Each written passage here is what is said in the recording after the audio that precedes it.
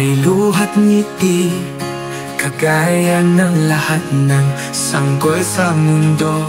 Sa kanyang ina, natutulog na payapa, ngumiti at tumawa, nagagalak ang puso.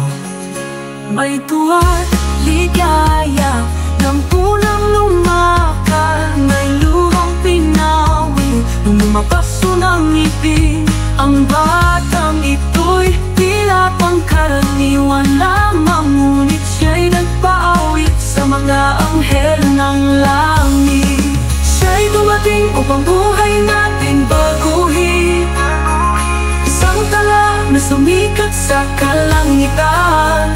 Siya'y anak ng Diyos, liwanag ng mundo. Ang batang ito'y walang katulad. Emmanuel, siya'y Diyos na ating kasama. Ang banal na batang ito'y si Jesus. Lumaki siyang matulong, natutong magsulat at maglaro sa liwanag ng araw.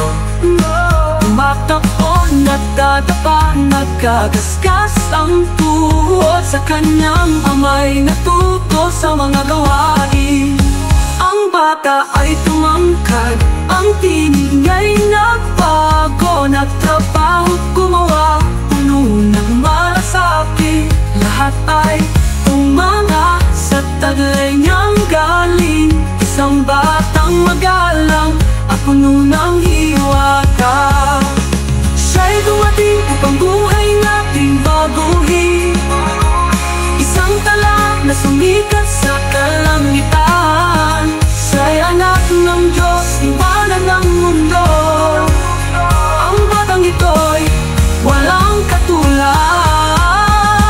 Emmanuel, siya'y Diyos na ating kasama.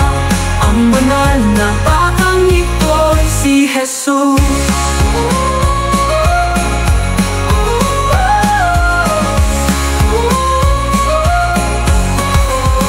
Ang siya'y makinggan na pag-ibig ang ipinakita sa bawat halakhak at bawat patak ng luha.